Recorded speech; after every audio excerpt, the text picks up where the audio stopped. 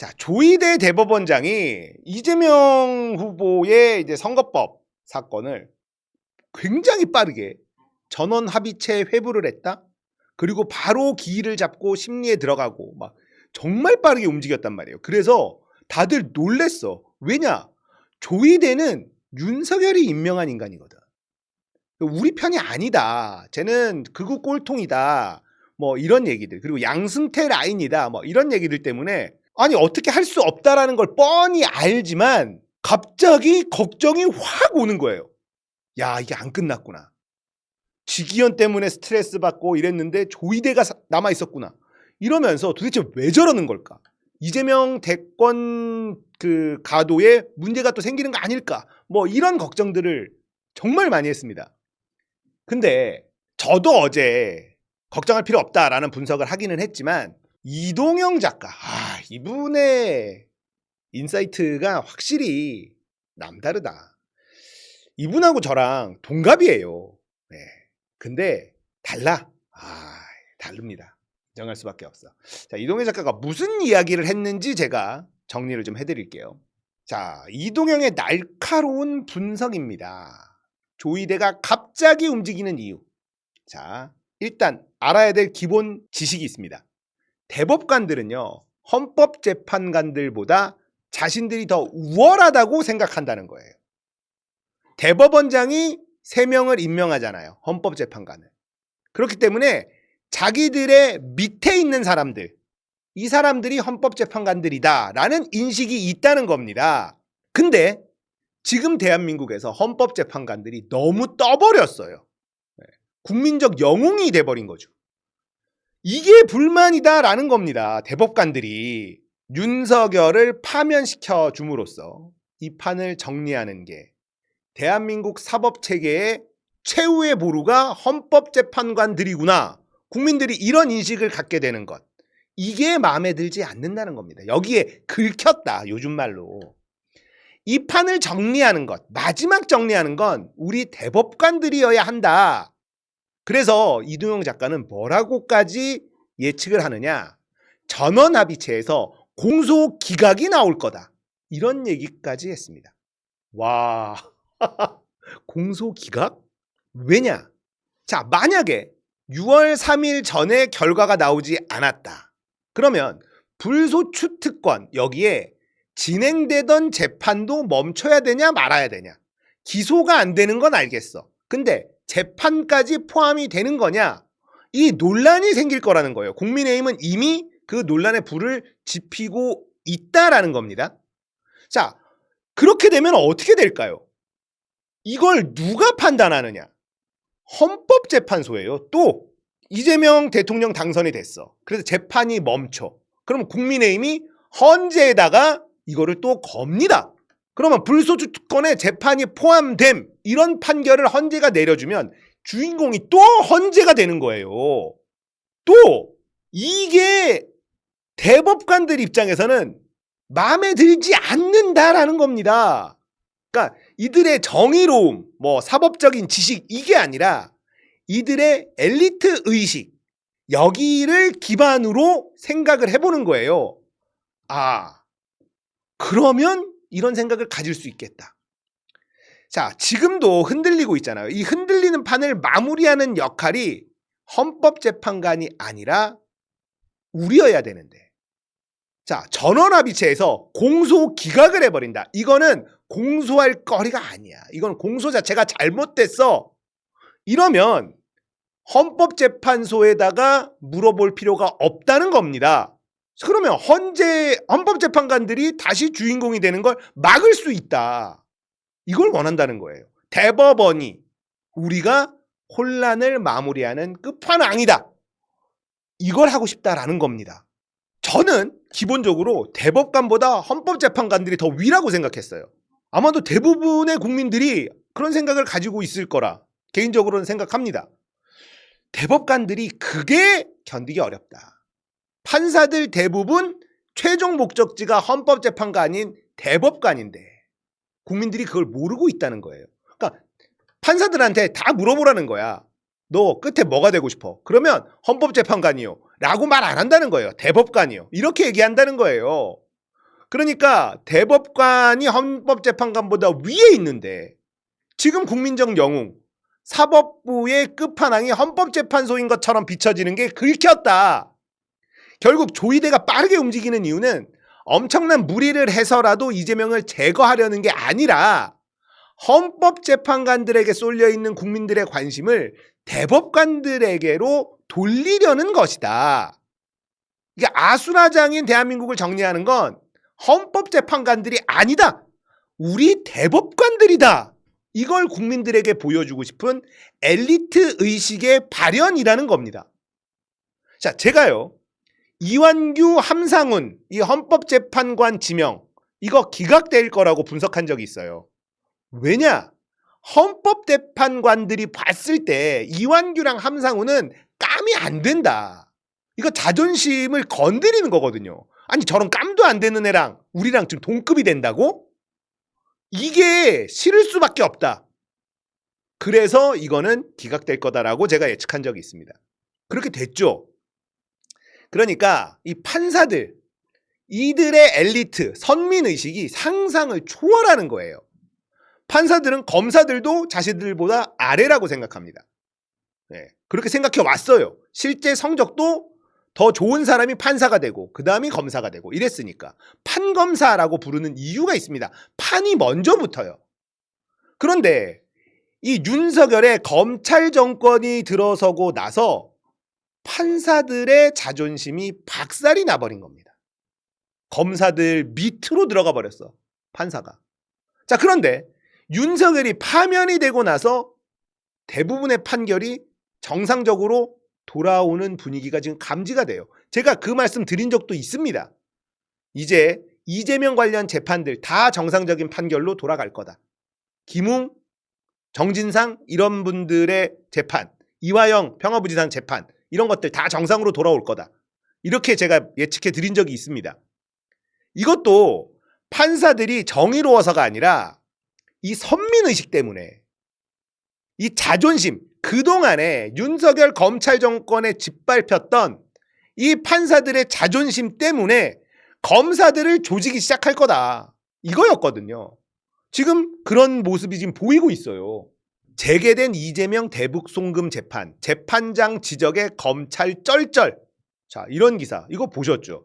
자, 판사가 뭐라고 얘기하냐?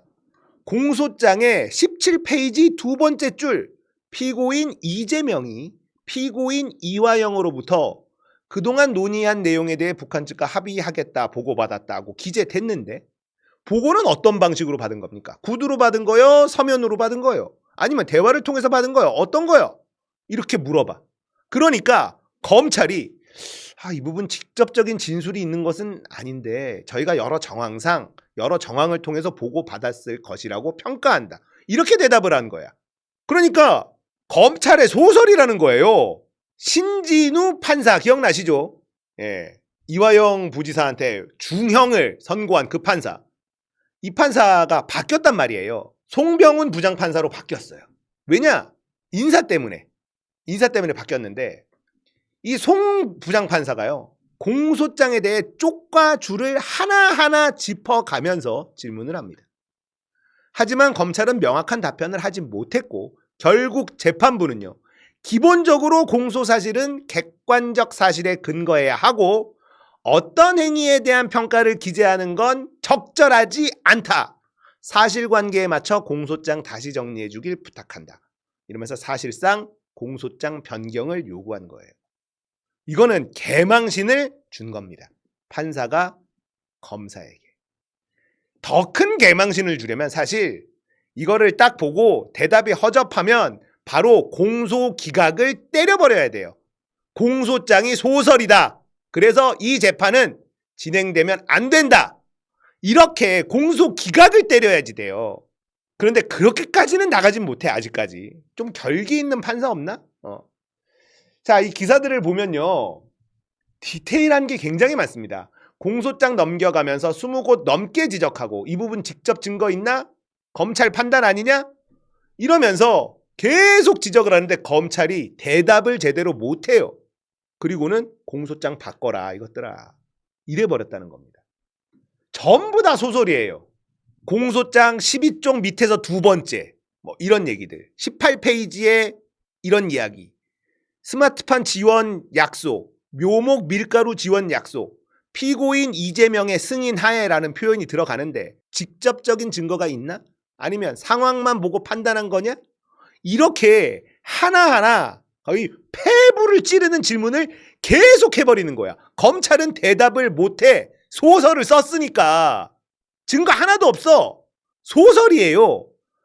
이거를 다 짚어버린 거예요. 그리고 야 공소장 바꿔와.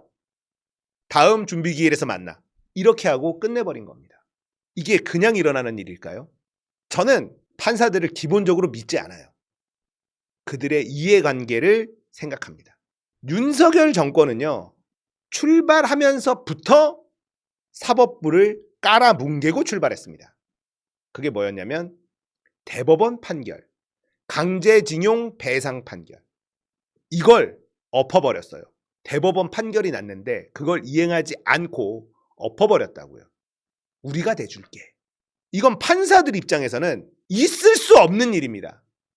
삼권 분립의 나라잖아요. 대통령이 대법원의 최종 판결을 씹어 정권 초에 그 짓을 하면서 출발을 했다고요. 자, 그런데 그 사이사이에 검찰에게 휘둘린 판사들이 많이 있겠죠. 그리고 검찰하고 또 같은 라인에 서고 싶은 판사들도 있었겠죠. 하지만 대부분의 판사들은 부글부글 끓고 있었다는 겁니다. 저것들이. 그런데 윤석열이 탄핵을 당했네? 권력이 다 사라졌네? 이 상황에서 판사들은 자존심을 찾아야 돼요. 이 사람들이 정의로워서가 아니라는 겁니다. 그렇게 이해를 하면 이런 분위기 이해가 되기 시작합니다. 플러스 제가 계속 주장하는 삼성! 삼성이 뒤에서 쿰척쿰척 밀어줘. 그러면 자존심도 챙겨야 돼. 삼성도 챙겨야 돼. 어떻게 나오겠어요? 판결이 어떤 판결이 나오겠냐고요. 당연히 이재명 관련 재판들 상식선의 판결이 쏟아질 수밖에 없다라는 겁니다. 앞으로 사법부에 대한 걱정은 당분간 하지 않아도 된다라고 저는 감히 말씀드리고 싶다. 지기현 판결에 대해서도 계속 고민하잖아요. 우리 걱정하잖아요. 지기현도 걱정할 필요 없습니다. 결국은 제가 지기현에 대해서 처음에 의심했던 것. 검찰한테 약점 잡혔다. 심우정에게 약점 잡혔다. 이러면 이해가 돼요. 왜 그러냐? 지기현이 예전 판결들이 극우 꼴통 이런 판결이었냐? 그렇지도 않아요. 이재용 싹 다 봐준 사람이 지기현입니다. 그냥 평범한 기회주의자예요. 그런데 갑자기 왜 법을 어겨서까지 윤석열을 풀어줬을까? 이거는 약점 잡힌 거다. 이거 말고는 해석이 안 되는 거예요. 지기현은 술을 좋아합니다. 사람 만나는 걸 좋아합니다. 자, 판사가 술을 좋아한다. 자기 돈 주고 술을 잘 안 마셔. 그리고 판사들은 이상하게 판검사 이놈들은요. 룸 좋아해요. 룸. 룸을 좋아해가지고 약점 잡힐 게 굉장히 많다. 개인적인 추측입니다. 근데 그게 뭐 기소될 정도의 문제가 아니라 개망신 당할 것들 있잖아요. 이런 것들. 이런 약점 하나 딱 쥐고 심우정과 내란에 가담된 검사놈들이 지기현한테 그 약점 하나 딱 쥐고 윤석열 풀어줘라 라고 했다면 그걸 지기현이 깔 수 있었을까? 개인적인 상상입니다. 그거 말고는 해석이 안 돼요.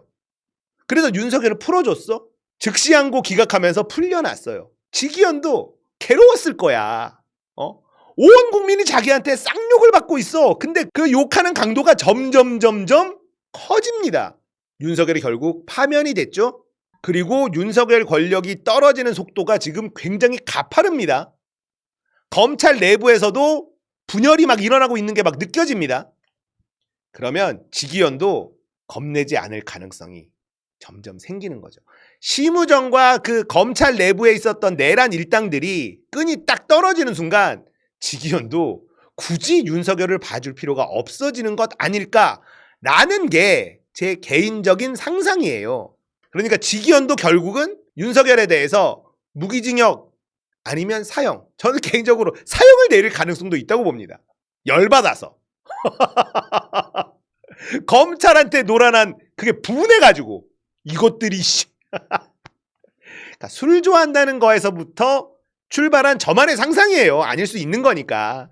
아무튼 저는 직위원 판사의 판결도 크게 걱정하지 않는다. 이동영 작가도 걱정할 필요 없다. 중형 내릴 거다. 반드시 중형 내린다. 이렇게 얘기했단 말이에요. 그러니까 저도 그렇게 생각하거든요. 이게 약점이 잡혔는데 내란에 가담한 검사 일부 놈들이 이 약점을 잡고 직위원한테 압력을 넣어서 윤석열을 풀어준 거다. 이렇게 생각하면 악의가 맞거든요. 다른 것들은 악의가 잘 안 맞아. 양승태가 시켰다. 뭐 조이대가 시켰다. 조이대나 양승태가 윤석열이 풀려나서 얻는 이득이 뭐지? 이런 걸 생각하면 잘 악의가 안 맞는 거예요. 이미 윤석열은 끈이 다 떨어졌는데. 그리고 보수에서 뭐 박정희처럼 무슨 신도들이 넘쳐나는 것도 아닌데 그렇게 잘 이유가 없다. 이런 생각이 계속 든단 말이죠. 그러니까 결국 제가 내린 결론은 술 좋아하는 직위원이 검사들에게 굉장히 쪽팔린 약점을 잡혔다면 룸 좋아하고 술 좋아하고 사람 좋아하는 직위원에게 그런 약점을 들고 압박을 넣었다면 이거 피하기는 어렵지 않았을까? 라는 혼자만의 상상입니다. 그러면은 사실상 아구가 맞아떨어지죠. 자, 심우정과 그 일당들이 이제 내란 특검으로 줄줄이 달려나간다, 구속된다 이렇게 되면 직위원은 안심하고 태세 전환할 가능성이 높다라고 봅니다. 자, 그때 가서 제 가설이 맞는지 아닌지 확인해 보면 될 거 아니냐라는 생각도 있고요. 이건 상상이니까 지켜봅시다. 심우정과 검찰 수뇌부들, 내란에 가담한 검찰 수뇌부들이 달려 들어갔을 때 직위원은 태세 전환 세게 할 가능성이 있다라고 생각합니다. 자, 이런 것처럼 조이대는 이재명을 제거하기 위해서가 아니라 대법관들의 자존심을 세우기 위해서 빠르게 움직인다. 그리고 6월 3일 전에 공소 기각을 때려줄 가능성도 배제할 수는 없다라는 것. 이들의 이해관계를 놓고 분석을 해보면 윤석열을 위해서 희생할 이유가 없다는 겁니다. 앞으로 더 그렇죠. 그러니까 걱정하지 말고 스트레스 너무 받지 말고 이재명 대통령 되는 그 날을 기다리기만 하면 된다. 이겁니다. 그래도 걱정이 돼? 이재명 뒤에 삼성 있어요. 걱정하지 마세요. 이재명 테마주 뭐? 삼성전자. 걱정이 사라진다. 오케이.